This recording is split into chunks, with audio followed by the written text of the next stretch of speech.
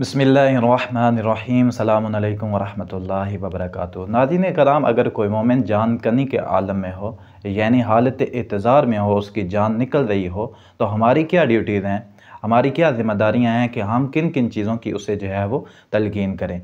तो सबसे पहले हम देखेंगे कि अहादीस अहले बैत में मोतज़िर के अहकाम क्या हैं। तो आप हमारे साथ रहें। तो सबसे पहले हमारी ये ड्यूटी और ज़िम्मेदारी है कि जो शख्स हालत इंतज़ार में हो, जान करनी के आलम में हो, उस शख्स को जो है वो रू ब क़िबला लेटाना चाहिए, इस तरीके से कि उसका मुंह जो है वो जो क़िबला रुख हो और उसके पाँव के तलवे जो हैं वो भी जो है वो क़िबला रुख होने चाहिए। उससे अगली ज़िम्मेदारी ये है कि उससे शहादतैन की तलकीन करनी चाहिए और अस्माए आइम्मा अलैहिमुस्सलातु वस्सलाम की जो है वो उसे तलकीन करनी चाहिए। उससे अगली ड्यूटी क्या है कि उससे जो है वो कलमात फ़र्ज जो हैं वो उसके सामने दोहराने चाहिए, और अगर वो दोहरा सकता है तो उससे भी कहा जाए कि वो जो है वो कलमात फ़र्ज जो है वो पढ़े, और उसे तौबा और इस्तिग़फ़ार की जो है वो तलकीन करनी चाहिए। और उसके बाद अगर उस शख्स की जो है वो मौत मुश्किल हो रही हो तो उसे उस जगह पे जो है वो ले जाना चाहिए जहाँ पर वो नमाज़ पढ़ता है। अगर उसकी जान जो है वो सख्ती से निकल रही है तो उसे उस जगह पे ले जाएँ। ये इमाम अलैहिस्सलाम का फरमान है कि जहाँ पर वो नमाज़ पढ़ता है। उससे अगली बात यह है कि अगर उसकी जो मौत जो है वो सख्त हो रही हो तो उसके सामने सूरह मुबारक यासीन की तिलावत करें, सूरह मुबारक साफ़ात की और आयतुल कुर्सी और दीगर जो है वो कुरानी आयात जो है वो उसके सामने जो है वो तिलावत करनी चाहिए। और मकरूह है मोतज़िर के पास जो है वो हैज़ वाली खातून का ठहरना, और जो शख्स जो है वो मुजनब है वो जो है वो मकरूह है उसका जो है वो मोतज़िर के सामने जो है वो ठहरना। तो हम आपके सामने जो है वो वसाइल अशिया रखते हैं, और ये जो बातें हमने जो है वो बयान की हैं ये हम हदीस अहले बैत से देखते हैं। तो सबसे पहले देखिए कि मौला अमीरुल मोमिनीन अलैहिस्सलातु वस्सलाम फरमाते हैं कि दाखला रसूलुल्लाह सल्लल्लाहु अलैहि वसल्लम अला रजुलिन मिन वल्द अब्दुल मुत्तलिब, कि रसूल खुदा सल्लल्लाहु अलैहि वसल्लम एक शख्स जो कि अब्दुल मुत्तलिब की औलाद में से था उसके पास तशरीफ़ ले गए। वह हुआ फ़िस्सूक, वो हालत नज़ा में था, यानी वो जान करनी में की हालत में था, मोतज़िर था। वक़द वुज्जिहा बिग़ैरिल क़िबला, और वो इस हालत में पड़ा हुआ था कि उसका जो है वो चेहरा जो है वो क़िबला की तरफ नहीं था।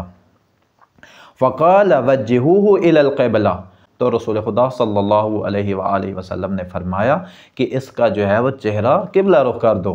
फ़इन्नकुम इज़ा फ़अल्तुम ज़ालिका अक़बलत अलैहिल मलाइका। फ़ायदा क्या होगा? रसूल खुदा फरमाते हैं कि अगर तुम इसे रू ब क़िबला करते हो, इस तरह करते हो, तो फिर खुदा ताला के फ़रिश्ते जो हैं वो मलाइक जो हैं वो इसकी तरफ मुतवज्जे होंगे। व अक़बलल्लाहु अज़्ज़ा व जल्ल अलैहि, और खुदा ताला भी जो है वो इसकी तरफ मुतवज्जे होगा और इस पर जो है वो अपनी रहमतें करेगा। जब तक उसकी जो है वो रूह जो है वो कब्ज़ नहीं होती, इसी हालत में जो है वो शख्स जो है पड़ा रहे। उसके बाद अगली चीज़ ये है कि नाज़रीन कराम, जब कोई बंदा इस दुनिया से जाने लगता है, जान करनी के जो है वो आलम में होता है, तो उस वक्त उसके पास शैतान जो है अपने शयातीन में से एक बंदे को, अपने एक नुमाइंदा को मुकर्रर करता है, जिसका काम ये होता है कि वो उस शख्स को जो है काफ़िर बना दे। आप रिवायत देखें, मौला इमाम सादिक अलैहिस्सलातु वस्सलाम फरमाते हैं कि मा मिन अहदिन यहदुरुहुल मौतु इल्ला वक्कल बिही इब्लीसु मिन शयातीनिह, कि आप में से जो भी कोई मरता है ना तो शैतान अपने शयातीन में से एक बंदे को उसके ऊपर मुकर्रर कर देता है। मन यामुरुहु बिल कुफ्री व युशक्किकुहु फी दीनिह, जिसका काम ये होता है कि वो आपको काफिर बनाए और आपके दीन और ईमान में जो है वो शक डाल दे। हत्ता तखरुजा नफ्सु, ये सिलसिला बराबर उस वक्त तक जारी रहता है जब तक बंदा जो है वो इस दुनिया से चला नहीं जाता, रुखसत नहीं हो जाता, जब तक उसकी रूह मुकम्मल जो है कब्ज़ नहीं हो जाती। फिर मौला वाक़ा फरमाते हैं फमन काना मुमिनन लम यक़दिर अलैहि, अगर मरने वाला ये जो मोतज़िर है, ये अगर मोमिन है तो शैतान इस पर तसल्लुत हासिल नहीं कर सकता। फ़इज़ा हदरतुम मौताकुम फ़लक्किनूहुम शहादत अल्ला इलाहा इल्लल्लाहु व अन्न मुहम्मदर रसूलुल्लाह हत्ता यमूतु। तो मौला वाक़ा फरमाते हैं कि आपकी ड्यूटी ये है कि जब तुम मरने वाले के सामने जाओ तो उसे जो है वो शहादतैन की तलकीन करो, उसे कहो कि कहे ला इलाहा इल्लल्लाह व अन्न मुहम्मदर रसूलुल्लाह। तो ये ड्यूटी। उसके बाद अगली ड्यूटी ये है कि اس شخص کو جو ہے وہ صرف جو ہے وہ شہادتین کی تلقین جو ہے وہ نہیں کرنی، بلکہ مستحب یہ ہے کہ ائمہ علیہ السلام کی اسماء گرامی کی بھی تلقین کی جائے اور ان کی ولایت کی بھی جو ہے وہ تلقین کی جائے۔